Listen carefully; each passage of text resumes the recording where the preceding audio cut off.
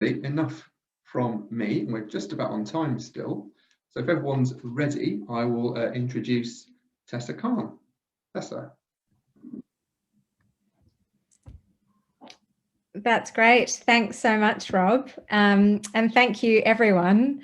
It's great to meet you all, and it's a real privilege, actually, to be speaking with you this evening. It's your commitment to solving this huge problem that we have on our hands is really genuinely inspiring, especially on a beautiful evening like this, when I'm sure there are things that you would all rather be doing.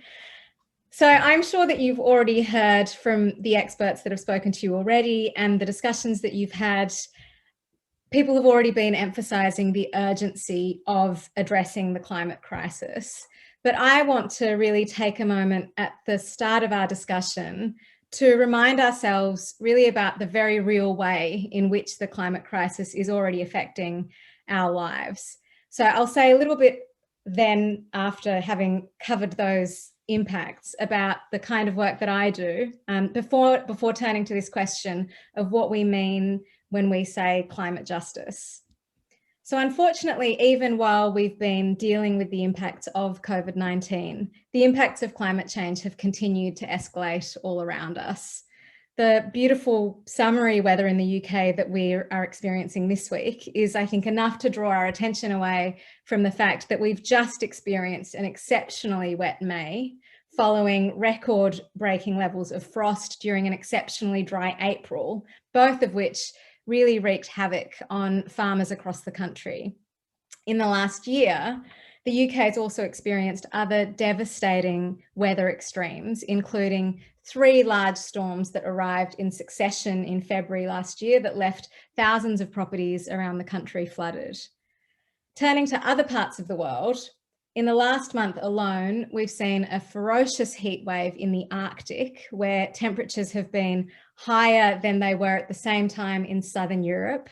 There have been 1 million people who have had to be evacuated from Eastern India after a really destructive cyclone also made landfall there. So these trends of increased flooding, heat waves, more severe storms, they are all unfortunately very consistent with the predicted impacts of climate change. That's why for the last 6 years or so, I've been working full-time on the climate crisis and on climate justice. And just to quickly give you a sense of the kind of work that I do, in short, my organisation, which is called Uplift, works to support the UK to move away from producing oil and gas, the burning of which, I'm sure you know, emits carbon pollution and is one of the biggest causes of climate change. The UK is actually the second largest producer of oil and gas in Europe, most of which it extracts in the North Sea off the Scottish coast. And a big part of our work, and that really connects to this topic of climate justice, is making sure that as we move away from producing oil and gas, the people who work in that industry aren't penalised and are given the support that they need to find decent alternative jobs as their industry begins to wind down. So what do we mean when we say climate justice?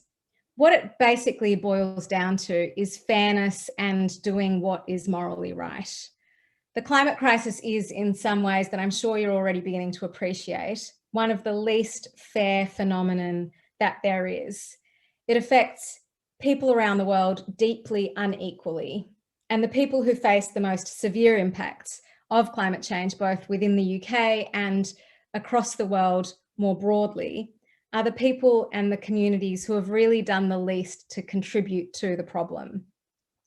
We know, for example, that the poorest in our society have the smallest carbon footprint, and yet they're the ones who are the most vulnerable to the impacts of extreme weather, whether that's in India or in the UK.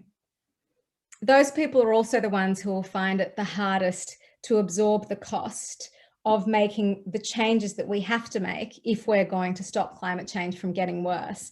Like, for example, having to find a new job if they currently work in a polluting industry. Climate justice is also about making sure that our children and generations to come aren't left with an overwhelming and impossible mess to clean up because our generation didn't do its part. So climate justice is really about making sure that no one is unfairly burdened. Applying that lens of fairness or justice is also important when thinking about the UK's responsibility to address the climate crisis and whether or not we're being ambitious enough, whether that's at the national level or at the local level, like the council level that you're currently discussing. So a climate justice approach requires us to look not only at how much the UK is contributing today to the amount of carbon dioxide pollution in the atmosphere, but also how much it's contributed historically. And to give you a better sense of that historical responsibility, I want to show you this short clip. Rob, or Molly, over to you. Molly's going to share the screen now. So let's see if the technology works. What we'll do, Tess, we'll start it on pause, just so you can just set the scene with what we're looking at on that first, at the start of that slide. Perfect. Before we set it moving.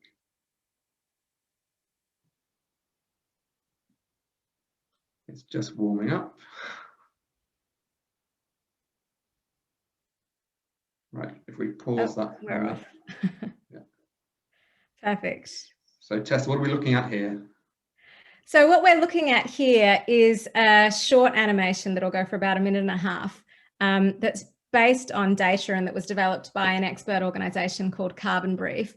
And what it basically will show you is how much each of these countries that are represented by these different bars, and their names are written on the different bars. So you can already see that the UK is the blue bar at the top, France, Germany, the USA, and then there's Belgium and a few others below that. But how much carbon dioxide they are emitting at different points in history if you take into account all of their cumulative emissions from 1750. So you can see we're starting at 1851, where the UK has already contributed the most carbon pollution to the atmosphere. So I think we can just kick it off now, and then I'll say a few more words about it afterwards.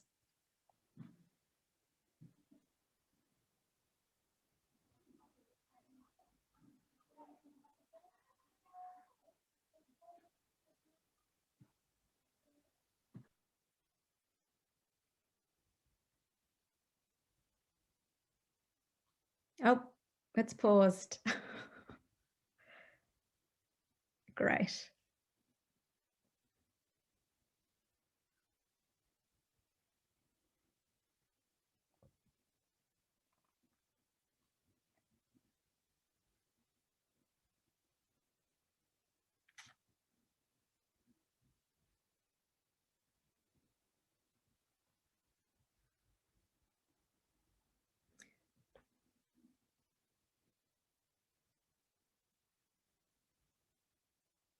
So into the middle of the 20th century, the UK is still the second highest emitter in the world.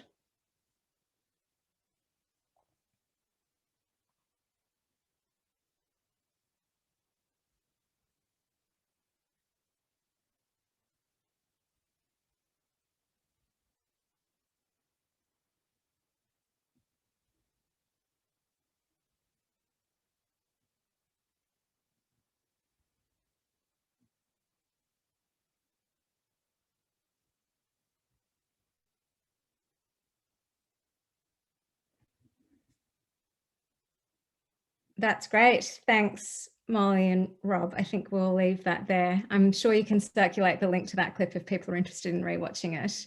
But just to sort of recap what you've just seen, basically what that animation showed is that the UK was actually responsible for the largest volume of emissions in the world until 1920, the second largest until 1975, the third largest until the late 1990s. And even today, it's still emitted the fifth highest volume of carbon dioxide into the atmosphere since 1750, which is pretty remarkable given that we are a relatively small country.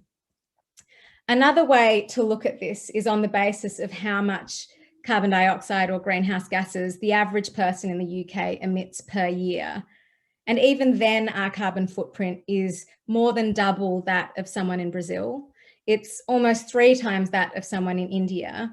And compared to someone in Bangladesh, where my family is from, or in Nigeria, The average person in the UK emits almost 10 times as much as the average person in those countries. So this is really part of the reason why the UK has agreed in international climate talks, including under the Paris Agreement on climate change, to make sure that its actions to address climate change reflect its, quote, common but differentiated responsibility and respective capability, which in normal language means that the UK, like all countries, agrees to take action on climate change, but just how much action it should take depends on its historical responsibility for the problem and also how capable it is compared to other countries of doing something about the problem. How that translates into an exact climate target can be debated, but given the UK's contribution to the problem, as you've seen, and its place as one of the richest countries in the world, there is an incredibly strong moral case that to reflect climate justice, the UK shouldn't only be aiming to reach zero emissions in the next decade, but it should also at that point be helping other countries to significantly reduce their emissions by transferring financial support to them or other forms of support. Finally, we have a moral responsibility to assist those people whose lives are already being upended by climate change in some of the poorest countries in the world. Those people who have done almost nothing to contribute to this crisis, including people who come to the UK because they've had to flee their homes. Local councils like Lambeth have already shown, I think, the kind of leadership that's needed for a just response to the climate crisis. In short, we have a responsibility to lead, not just because it's in our interests, which it is, not just because it's what the public wants, which all signs are that that is what it wants, but also because it's the right thing to do. I will leave it there for now and really look forward to your questions in the discussion.